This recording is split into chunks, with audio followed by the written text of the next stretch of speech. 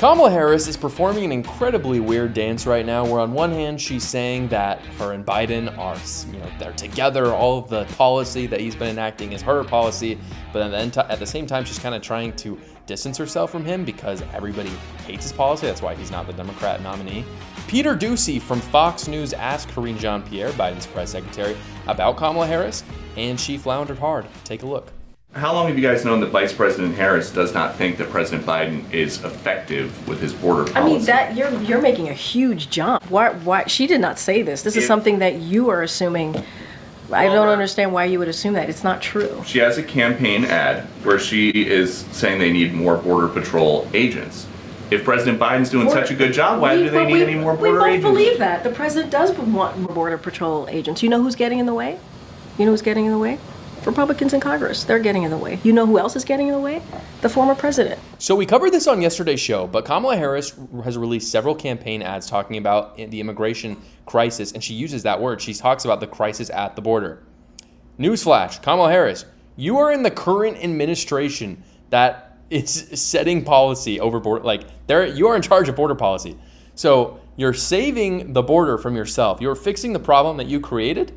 And if you didn't create it, then why aren't you just fixing it right now? So technically that ad throws her under the bus and it throws Biden under the bus. And it goes against as well what they've been saying for the last 4 years, which is that there's no crisis at the border, which is obviously not true, but that's what they've been saying this whole time. So that ad actually, again, you can go check that out. I did it yesterday. It contradicts what they've been saying in two ways, and it really throws them under the bus. And this is why I think that the proper nickname for Kamala Harris, I've been saying this for a long time, the Trump team needs to adopt this. They've said it before, but it's the one that really matters, which is that she's got to be Chameleon Kamala. And the reason why is because she goes beyond the lies. It's not just about the lying for Kamala Harris. It's one thing for someone to say something to you, and then you say something that's not true, right? Liar, you can call her lying Kamala, sure. But Kamala is much worse than that, because essentially what she does is she just says whatever's popular at the moment. If she thinks she can get away with something, she does. And if she thinks she can't get away with it, then she just says something else. And so again, her policy is whatever is convenient to her at the time, which fair enough, that's kind of what politicians do. But you can at least see some consistency. Donald Trump's big policy is the border wall. We know if Donald Trump got up today and was like, no, I never said anything about a border wall, we'd be like, dude, come on. And so Kamala Harris getting up and saying, I am tough on immigration. It's really? That is so that is beyond unbelievable. That gaslighting that's going on. In regards to what Karine Jean-Pierre said, though, this is one of the greatest examples of the gaslighting from the Democrats this election cycle, talking about that immigration bill. This is the idea. This party, for the last 3 years, again, has talked about there being absolutely no border crisis. And then they come up with a bill. Why did they come up with a bill if there's no border crisis? I don't know, but okay, fine, they admitted it. They come up with a bill that puts a bandage on the problem. It doesn't really fix it. Again, I don't know why you wouldn't just fix it, but fair enough, the bandage isn't maybe a small improvement, I guess. But then in the same bill, they include billions and billions of dollars going to Ukraine, going to Israel, and they have nothing to do with immigration. So why is that party talking about them wanting to fix the immigration issue? The immigration bill that they proposed would allow for 5,000 illegals to come into our country each day. The same bill, again, wanted to give same bill. Why? How are these things in any way related? They wanted to give billions of dollars to Ukraine and Israel. One of the profound frustrations that Americans have about Congress, and it's one of the reasons I think why Congress approval ratings at 15 to 20%, is that they have these bill packages where they're just packaging random crap together that has nothing to do with each other.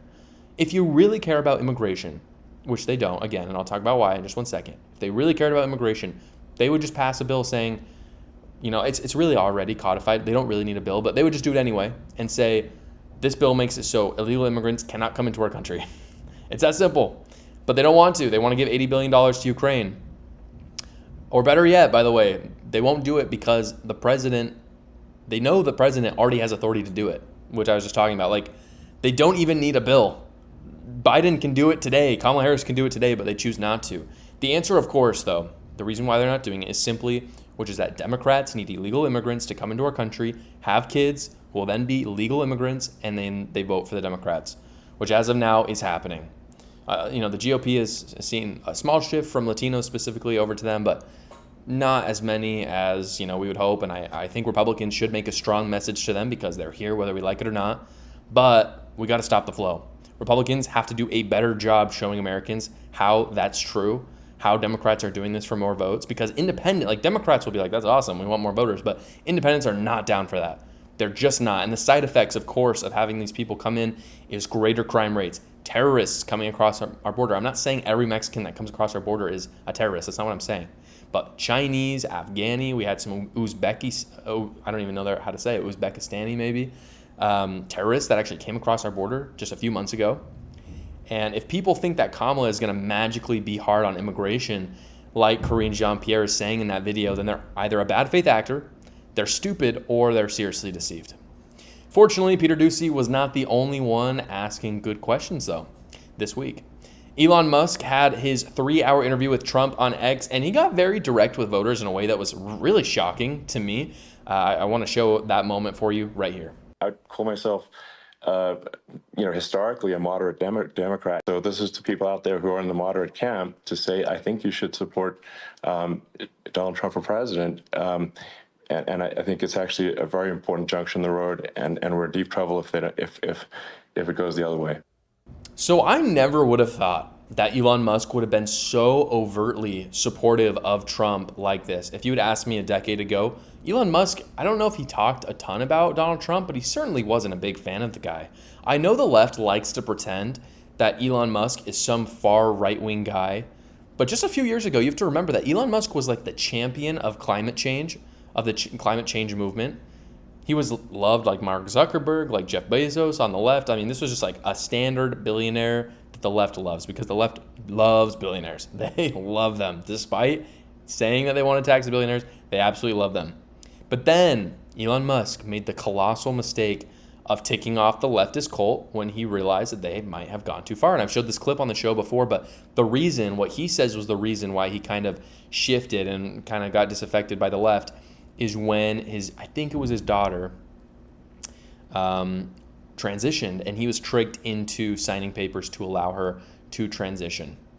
And I think that really opened his eyes. I mean, he's talked about that's really opened his eyes to the craziness of the left. And now he still considers himself a liberal, but because he decided to buy Twitter and show the censorship going on there and vow to make it a free marketplace of ideas, the left hates him. Because as I've said before, I literally said it yesterday, the only way they can succeed is if they have no competition in the online space. If they have no competition, they're good because their ideas suck. I mean, their ideas, they cannot survive in a free marketplace of ideas because it's not based in truth. But if there's no competition, if there's no truth going out there, then of course they can win. And so when Elon Musk destroyed that and bought Twitter, immediately they were, he went on their bad list. So the left's only solution was to paint Musk as a radical, which he's just not. I mean, I'm sorry. Again, this is the guy who has like championed EVs. Most conservatives, I'm not saying conservatives are against EVs, but your average conservative ain't super into EVs. They just don't care. They like their Mustangs. They like their Corvettes. So when Musk comes out so zealously for Trump, it surprises me. And it's clear that this man who is afraid, Elon Musk, is afraid of what 4 more years of what we've been having is going to look like. I think a lot of people are. And Kamala Harris is painting this picture as if it's going to be different, which is weird considering she's complicit in the last 4 years. I don't know why people would believe that it's going to change, but unfortunately, people are believing it. It's why I keep saying if you're a Republican, you have to fight harder than ever before. Trump has to campaign harder and better than he has ever fought before. Kind of this talk about the polls being wrong, it's not helpful if you are a Republican, because you need to act like you're 20 points behind always. Even if the polls are wrong and Trump is actually ahead, it does not matter. We need a blowout victory against Kamala Harris. If it's close, it's going to be a nightmare. If you're worried about election interference, by the way, we need a plan to combat it. It's one of my longest standing critiques of Trump. This is something that's been very frustrating to me about him. He talks about an election interference in 2020, but then he never told us how to overcome it in 2024. And that's really troublesome to me, because if he really believes in election interference, then why is he even running if he knows that it's going to stop him? If he knows that they're just going to cheat, why is he running in 2024 without a plan? And so I've offered some suggestions, like having GOP volunteers at every voting booth, not in the booth, of course, but there to make sure that there's no, people filling out, other things. I've talked about how the GOP needs to get really serious in state legislatures about passing voter ID laws, which are actually very, very moderate and people like mostly are in support of him. I think a lot more states could pass him. And also Republicans have got to do ballot harvesting because that's what Democrats are doing. And it's legal in most states. So again, I just want to hear Trump's plan. Those are just a couple, casual suggestions I have just kind of thinking about it. But come on, there's people working in politics. You're saying you can't come up with a single plan? Trump should come out and say, I know there's going to be election interference. This is how we're going to solve it. I've never heard that from him. Again, it's one of my longest standing critiques of him because we need a plan if we're going to take down Kamala Harris in November. Thank you so much for watching, everybody. Please go down below, comment, like, and subscribe, and watch another video.